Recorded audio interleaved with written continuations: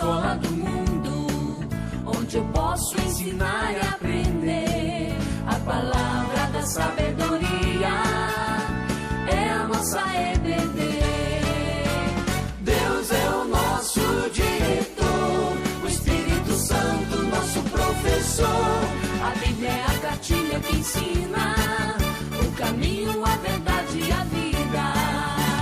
Deus é o nosso diretor, o Espírito Santo nosso professor. A Bíblia é a cartilha que ensina o caminho, a verdade e a vida. Bom dia, irmãos. A graça e a paz do nosso Senhor Jesus Cristo esteja com você e com a sua família. Vamos dar início à nossa lição e última da nossa revista desse ano de 2020. Semana que vem estaremos iniciando uma nova revista, trabalhando aí questão da família como aliança com o Senhor. Bom, a lição de hoje vem com o título de A Supremacia do Deus Verdadeiro. É a lição de número 13. Eu vou falando com vocês, acompanhando aqui nos meus slides, tá? A revista estudada é Deuses Demais, Quem Está no Trono do Seu Coração. Então, nós vimos que o nosso coração, ele é considerado um trono, né? E a gente acabou vendo no início da revista que... como Calvino diz, que o nosso coração é uma fábrica de ídolos, né? O homem é uma fábrica de ídolos. E quem e o que ocupá-lo irá governar a nossa vida. Então, nós vimos a questão dos ídolos ocultos, nós vimos a questão do trabalho, ser um ídolo. Pegar aqui os títulos para eu lembrar, porque eram vários temas, né? Então, nós falamos sobre o misticismo, né?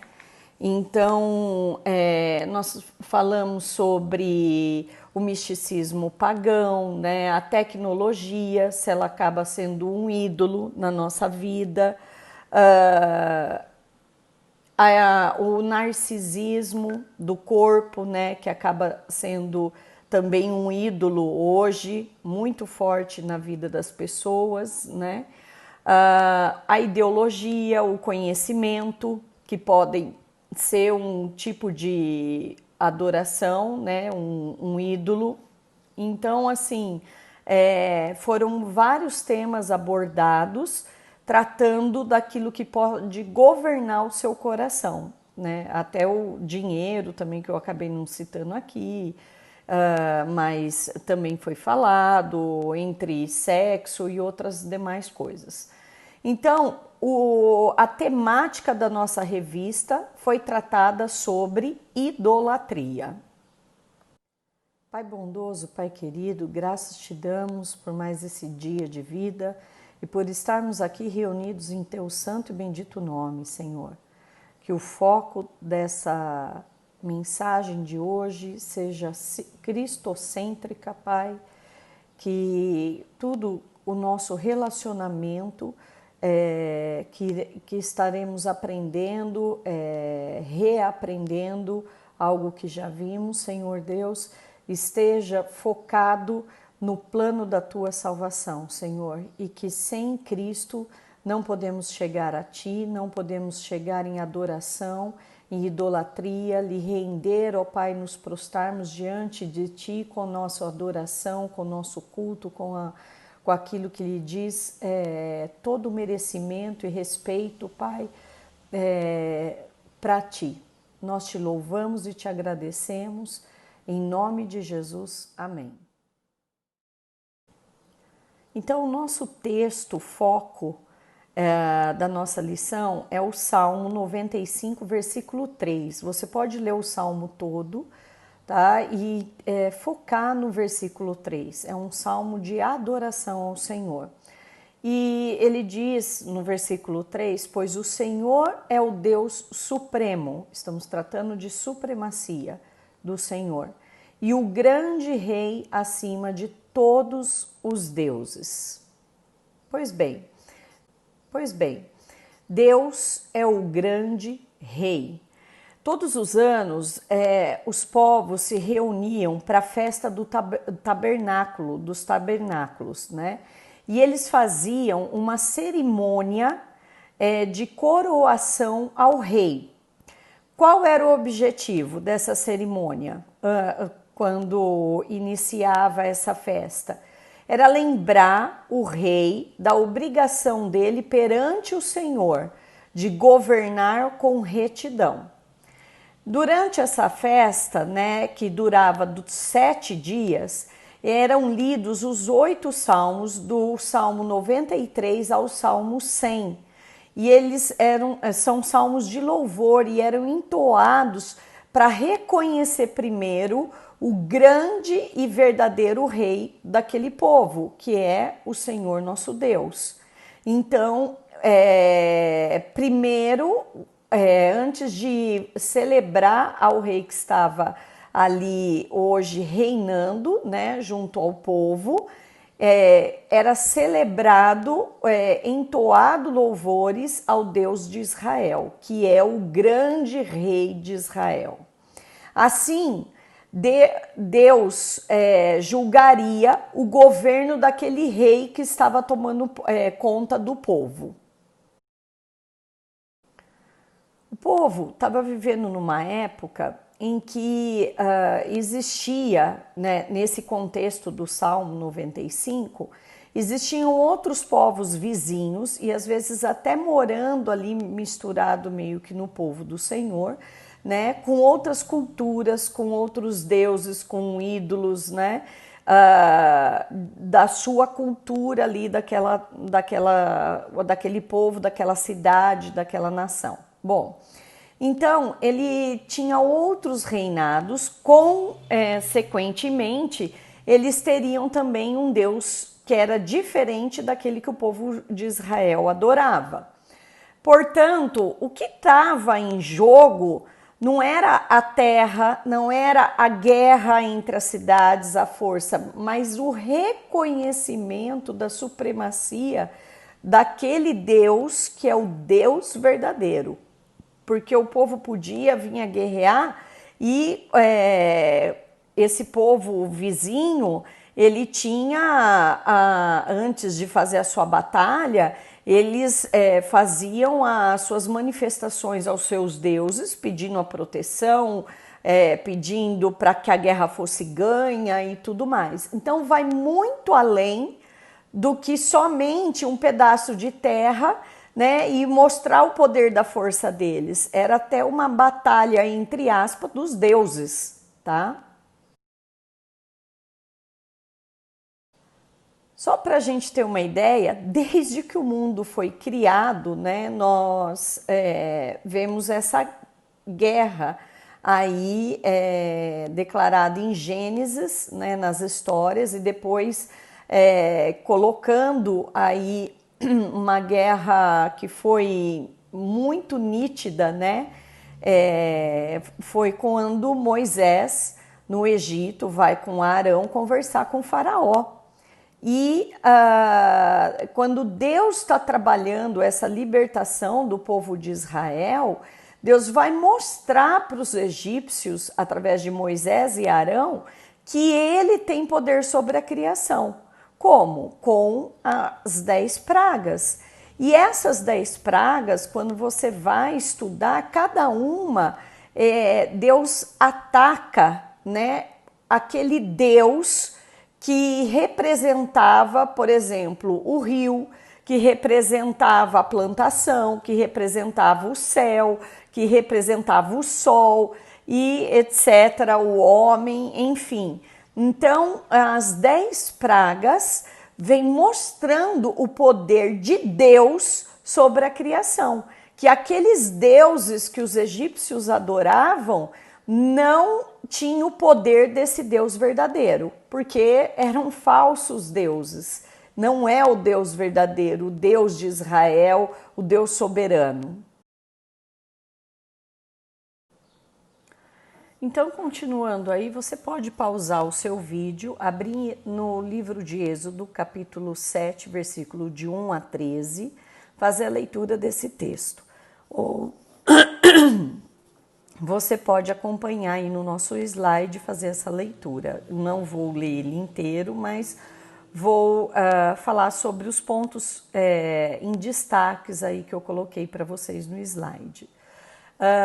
Deus pede para Moisés falar para Faraó que ele constitui o Faraó o rei ali. Deus permite que Faraó seja rei, né?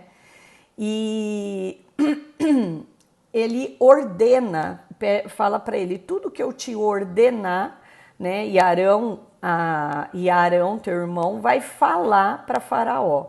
Para quem não sabe, Moisés, ele era gago e aí ele tinha dificuldade de conversar. Então, teoricamente, nós temos aí o primeiro advogado, né, do mundo com Arão, falando em nome de Moisés e, na verdade, falando em nome de Deus, tá? E ele chega para falar com Faraó e Deus avisa, olha, eu vou pôr a mão sobre o Egito e os egípcios vão saber que eu sou o Senhor. E aí Moisés e Arão vão diante de Faraó colocar o que Deus ordena para eles. E tem um certo momento da conversa, que o bordão, né, de Arão, ele joga o bordão aí no versículo 10, tá? Ali, ó, lançou Arão, na parte B, o seu bordão diante de Faraó e diante dos seus oficiais, e ele se tornou em serpente. Ele joga ali o seu bordão, transforma em serpente. Os sábios e os encantadores fazem o mesmo e jogam o bordão deles, mas mostrando a supremacia de Deus, né? Aí nessa situação nós vemos que a serpente de Arão ali, o bordão de Arão que se transformou em serpente, devora as outras serpentes. Então, até as outras serpentes são subordinadas à serpente que representa ali o Senhor, a serpente de Deus, dizendo assim. Então, vem essas 10 pragas e chega até um momento que os próprios feiticeiros, os encantadores, os sábios, tentam repetir ou ir contra aquelas pragas que vêm acontecendo com os egípcios. E chega em determinado momento, que nós podemos ver aí na página 46 da nossa revista, que Faraó precisou ouvir deles, isto é o dedo de Deus, mas não adianta.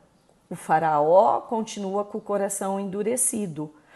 O próprio povo ali que convivia com o Faraó chega a orientar ele a deixar o povo ir. Faraó não escuta, coração endurecido, até o ponto que nós vamos ver que a última praga vai demonstrar a supremacia de Deus, que é essa supremacia sobre a vida do homem, né? Então, qual é o resultado disso? Nós vamos ver, vou enfatizar o resultado de cada história que nós vamos ver aqui. São as 10 pragas. Pois bem, nós vamos ver agora a supremacia de Deus na história de Gideão. Gideão e Baal aí, né? Que era um deus adorado por alguns povos daquela época. Então, o que acontece? Josué entra com o povo na terra prometida, Canaã. E aí, que é hoje a nossa Israel, tá? Lógico que ela diminuiu um pouco quando a gente for estudar um pouquinho, ver a história aí, quando você analisa a história, mas é a nação de Israel ali, a terra prometida, a Canaã. E aí você vê que Josué entra e ele chega a um ponto de dizer, olha, eu não sei quanto a vocês, mas eu e a minha casa serviremos ao Senhor. E eles começam a conquistar a terra e Deus manda o povo ou matar ou destruir o povo ou até chegar a expulsar o povo daquela terra, tá? O que o povo faz? Não obedece por completo. Alguns chegam, falam assim, não, perdão, a gente vai servir vocês, nós vamos ser escravo de vocês. E a nação ali acaba permitindo, muitos que estão conquistando, acaba permitindo aqueles povos com ideologias diferentes, né, a estarem junto ali, conviverem junto com o povo de Israel. Com o passar do tempo, esse povo começa a se contaminar com a cultura desses povos que eles permitiram conviver junto no meio deles. E eles começam a idolatrar também os deuses desses povos que conviviam com ele. Quando entra o livro de Juízes, os juízes são levantados para resgatar esse povo e trazendo o que Deus profetiza, né, através desses juízes, mensagens para o arrependimento. E nós começamos a ter um ciclo dentro do livro de Juízes. Você vê o povo desobediente, Deus levanta um juiz, o juiz traz o povo ao arrependimento, o povo se arrepende, o juiz morre e o povo volta a pecar. Deus levanta um outro juiz, o povo se arrepende, o juiz morre, o povo volta a pecar. Então é um ciclo do livro de Juízes aí que a gente vê acontecendo. Pois bem, tem um homem chamado Joás, que é do povo de Israel, mas ele era um sacerdote de Baal, porque até o próprio povo de Deus, vocês vão ver no livro de Juízes, acabam servindo a esse povo que eles não expulsaram, né? Em algumas situações, começam a virar escravo deles. Pois bem, o povo começa a idolatrar, e aí nós temos esse Joás, que é um sacerdote de Baal, sendo que Joás, ele era do povo de Israel. E ele tem um filho chamado Gideão. E Deus chama Gideão e pede para ele derrubar um poste ídolo de madeira que estava lá num altar e quebrasse esse ídolo de madeira, fizesse com ele lenha e um holocausto para Deus, para mostrar, ó, esse Deus não é nada. E Gideão vai lá e faz isso. Então, você em Juízes, no capítulo 6, do versículo 28 a 32, você pode ler essa história, tá? E eu coloquei aí para vocês os pontos principais.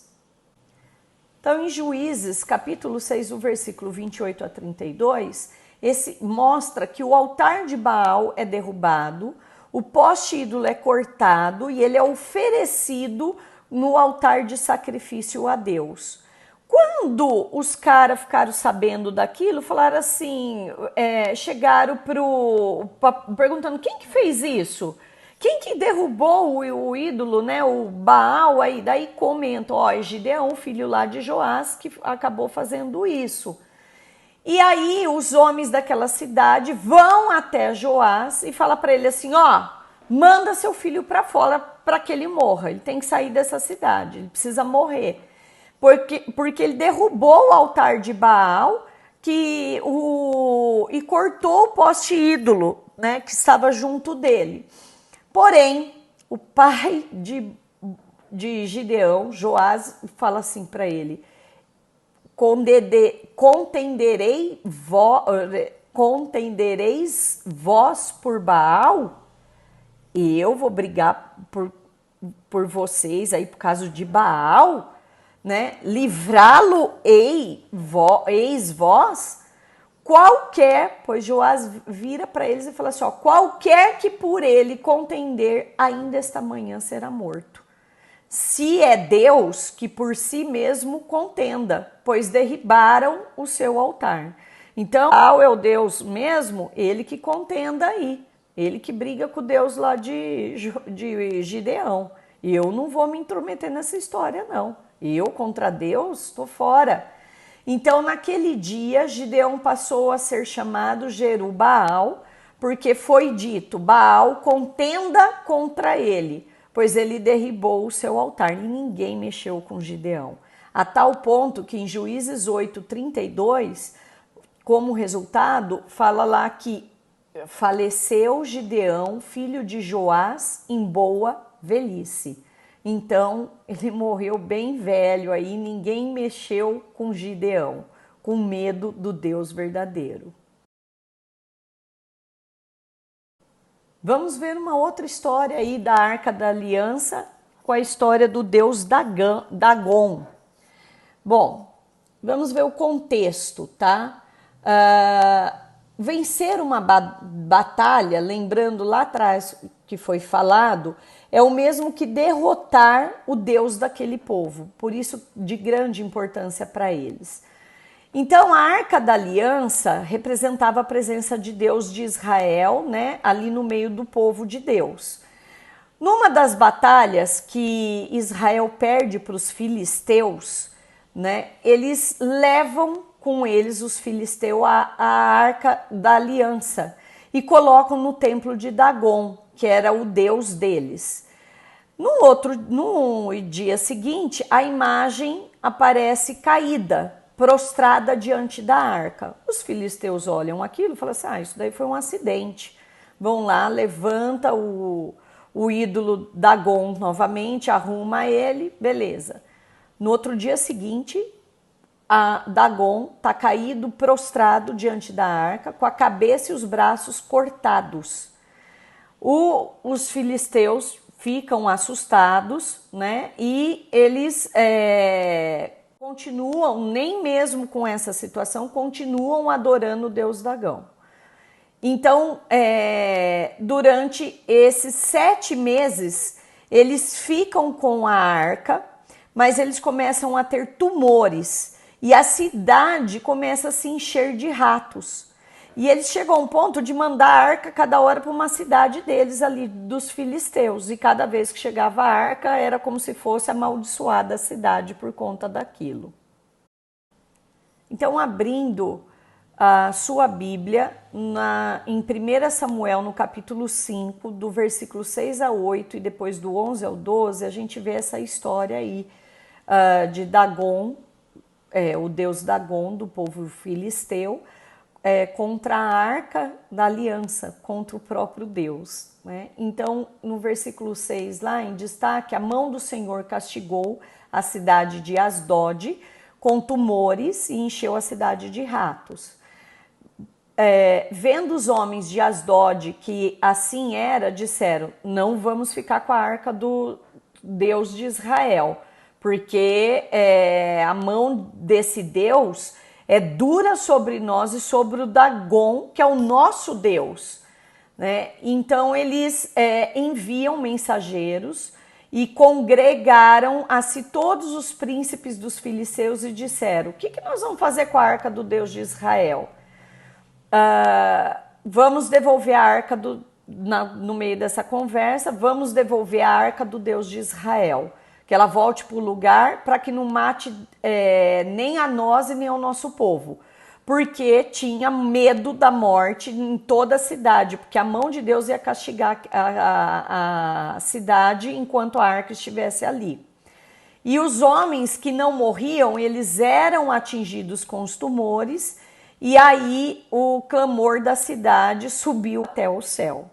Então, qual é o resultado dessa história? Israel, ela perde a batalha contra os filisteus, mas quem vence a guerra é Deus, a tal ponto que volta e a arca lá para o povo de Israel e eles não mexem com o povo de Israel. Então, mostrando novamente a supremacia de Deus em mais uma história. Vamos ver mais uma outra. Vamos ver a história agora do rei Ezequias, com o profeta Isaías, que vivia nesta época, e contra Senaqueribe, que era um rei assírio. Nessa época, o reino do norte e o reino do sul tinha já acontecido essa divisão, mas o reino do norte já estava em exílio pelos assírios que haviam conquistado esse reino. E agora só restava Judá, que era a parte sul, onde tinha Jerusalém, né, a capital Jerusalém.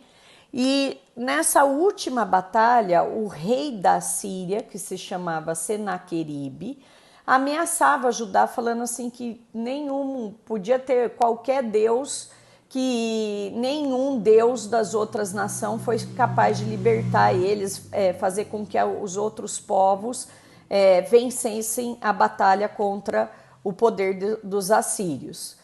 No entanto, o profeta Isaías, junto com o rei de Judá, Ezequias, fazem a oração, oram para Deus, e o anjo do Senhor vai salvar o povo de Israel, não, do reino do sul, de Judá, da nação de Judá, contra a mão dos assírios.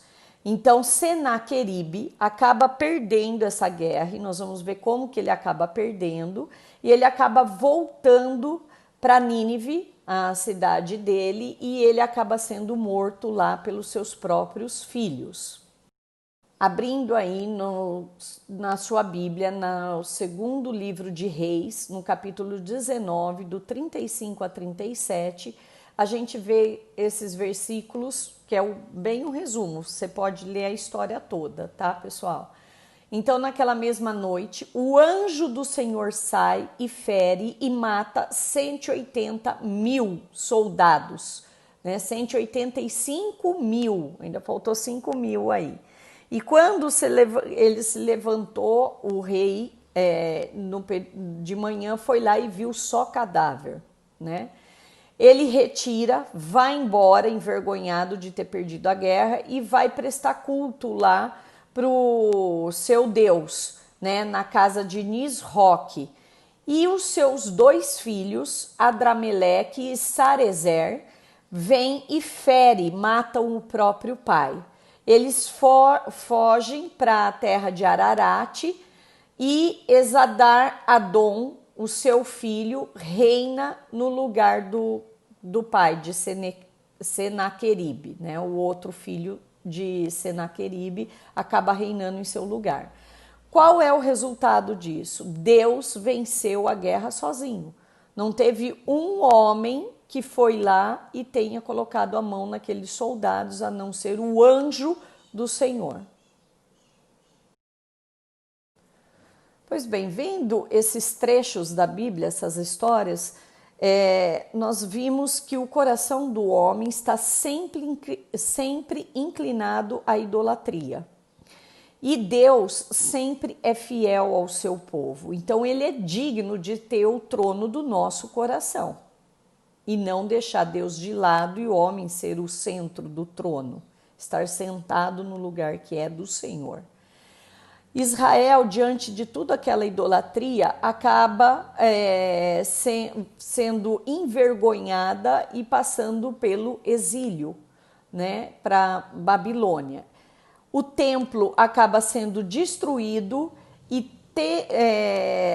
o povo daquela época imagina que Deus tenha ido embora, entre aspas, depois da destruição do templo. Com o retorno de Zorobabel e a construção do segundo templo, Deus não se manifesta para o povo. Então, a glória de Deus não volta e retorna a encher o templo novamente.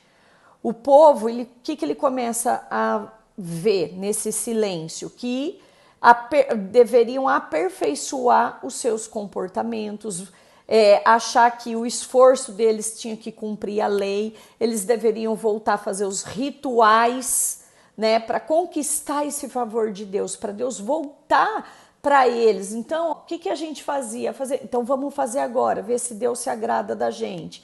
O que nós precisamos fazer para ver se Deus olha para a gente, se liberta a gente desse exílio e tudo mais. O povo começou a se preocupar com esses comportamentos para ver se Deus olhava para eles e libertava eles daquela escravidão em que eles estavam vivendo. E a minha pergunta para vocês é: e hoje? Será que a gente ainda é assim? Será que nós somos inclinados à idolatria? Nós vivemos do nosso esforço? Vivemos rituais? ritual do jejum para ganhar algo em troca, se martirizar por alguma coisa, mártir, né? Para poder conquistar o favor de Deus. Então, o que você tem colocado na sua vida em favor da troca de receber a bênção de Deus? Nós vimos isso hoje em várias igrejas aí que, na minha última aula, até mesmo eu coloquei para vocês sobre o misticismo pagão, uma água orada, o óleo da unção, a rosa santa, né? E tantas outras coisas que a gente não só por não fazer parte às vezes de uma igreja que seja uma igreja com esses valores de prosperidade, mas nós buscamos às vezes o favor de Deus através de outras coisas, prometendo para Deus, fazendo algo para receber aquele favor de Deus. Então, Senhor, se o Senhor fizer tal coisa por mim, eu vou fazer isso, eu prometo. Deus, eu paro de beber hoje para o Senhor resgatar meu filho. Então, assim, tantas promessas e Deus não precisa disso, né? Nós vimos isso, que as batalhas de Deus é vencida através dele e não sem ele, não pela força do homem. E o que Deus quer de você é algo muito simples, Ele não quer o seu esforço, Ele quer o seu coração. Em Deuteronômio 6,5 diz: ame o Senhor, o seu Deus, de todo o seu coração, de toda a sua alma e de todas as suas forças. Deus não quer seu favor, Deus só quer que você o ame. Você que não fala assim, eu amo a Deus, até que ponto? Onde Ele é o trono na sua vida? Ou ele é o trono completo ou em alguns momentos da sua vida? Então, se você não consegue amar a Deus de todo o teu coração, peça para Deus. Fala, Senhor, me ensine, me ajude a amar o Senhor de toda a minha alma, de todo o meu coração, para que o Senhor seja sempre o centro do meu coração. Para que eu não me desvie nem para a direita, nem para a esquerda. Para que eu não me desvie segundo a influência e a cultura deste mundo. Para que eu não me deixe entrar, Senhor, na cosmovisão desse mundo, mas que o valor do Senhor esteja acima de tudo dentro do meu coração. E para que Deus ocupe esse seu coração, nós precisamos olhar para a pessoa de Cristo, que para ocupar o trono do nosso coração, o que Deus faz? Manda seu Filho, que ocupa o trono da cruz e veste a coroa de espinhos, declarando-se como o rei do nosso coração. E na cruz, Deus declara a sua supremacia. E ele vence a morte, os principados, as potestades do mal, os ídolos da terra, as autoridades e poderes do mal.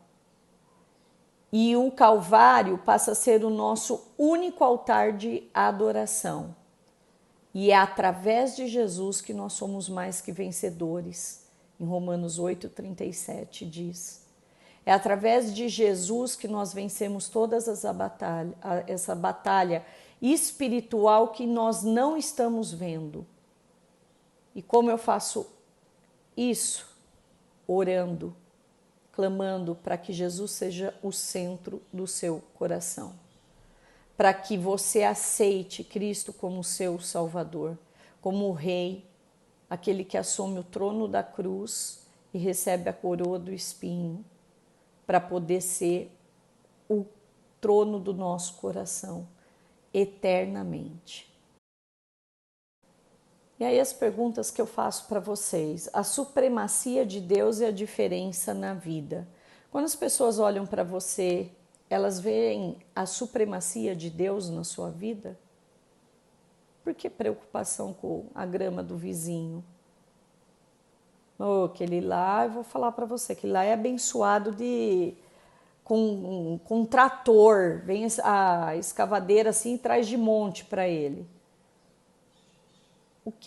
Por que olhar do lado e não olhar para o seu coração? E ver se na verdade o que falta na sua vida é a supremacia de Deus. Você sabe como sua vida deve ser quando Deus tem a supremacia? Se você não sabe, é bom você começar a estudar de verdade. Ó, tá até gasta a nossa aqui. Mas de verdade, isso é uma Bíblia, tá, gente? A palavra de Deus, para você poder entender. Tanise, eu não entendo na hora que eu leio. Olha, tem muita gente explicando a Bíblia para você hoje. Não tem desculpa. Nós temos excelentes pastores, excelentes livros, autores, que você pode se orientar através de um irmão da igreja ou através do próprio pastor da sua igreja, para te capacitar a entender uma passagem, a te capacitar a entender quem é Deus, o que Ele quer, o que Ele espera de você quando você entrega a sua vida a Ele. Então, nós temos, eu não tenho tempo, né? Muitas justificativas são essas, mas você tem tempo, você tem tempo. Você tem tempo para ouvir o celular, você tem tempo para entrar no Instagram, você tem tempo para entrar no Facebook, você tem tempo para entrar no YouTube e ouvir uma mensagem de algum pastor, de alguma igreja que faça suas publicações, mas que Cristo seja o centro desta igreja, que Cristo seja o centro dessa mensagem, que seja uma igreja, uma mensagem cristocêntrica, para que você possa aprender, para que você ajude você a entender. Dando um exemplo pessoal aqui, tem um grupo de estudos que eu dou para algumas mulheres e é engraçado que quando eu falo, gente, estuda tal parte da Bíblia, preciso que vocês leiam tal livro, e elas brincam, vai ser o CID. Então, se elas estão fazendo as coisinhas delas lá na casa delas, as atividades ou no trabalho, tem o tempinho, põe o foninho de ouvido, liga lá no celular, Cid Moreira, ele lê a Bíblia inteira para você, irmãos, tá bom? Fica uma dica aí para vocês. Eu agradeço a vocês estarem participando da aula, não deixe de participar da escola dominical, que é onde você vai entender muitas coisas e com profundidade a mensagem de Deus para a sua vida. Desejo para você e para sua família um Feliz Natal. Dia 27 eu vou estar dando uma outra aula, então dia 27 eu desejo Feliz Ano Novo para vocês, tá bom? Um beijo grande no coração de vocês. Muito obrigado por poder compartilhar um pouquinho do conhecimento junto com vocês, de estar aprendendo e poder estar passando isso para vocês. Fica com o vídeo que eu deixei aí para vocês, para refletir sobre a aula de hoje. Um beijo no coração, Deus abençoe, que a paz de Jesus e o verdadeiro Natal, que seja um Natal cristocêntrico, esteja com você na sua família, com paz do Senhor e com a bênção dele. Deus abençoe vocês. Um beijo no coração. Jesus, I have decided to give you this. Really? Yeah. You know whoever sits here makes all the decisions, right? I know, and I'm always making decisions, but you make the perfect decisions, so you just sit right down and start making them. Wow, I'm honored. I mean, this feels great. Kathleen, guess what? I just got my new credit card. It's time to go shopping. Oh, really? I thought your husband and you were going to pay off debt. Oh, yeah. I mean, money's kind of tight, but I figured he doesn't have to know about it. So do you want to go with me? No. No? Why? What I mean is, I don't know. So let me check my schedule and then I'll get back to you. Okay, yeah, give me a call. Okay. Kat, what's going on? What do you mean? Well, I'm kind of one-cheeking it here.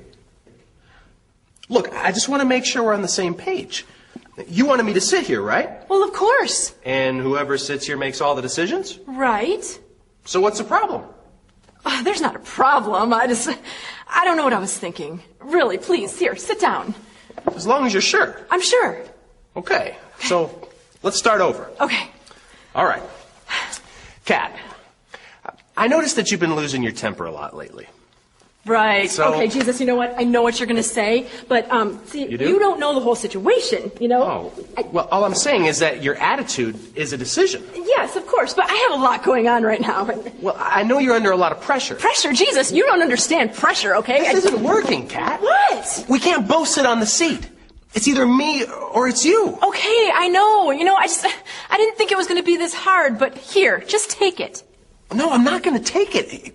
You have to give it to me. Okay, here. Kathleen, make a choice. I can't. You just did.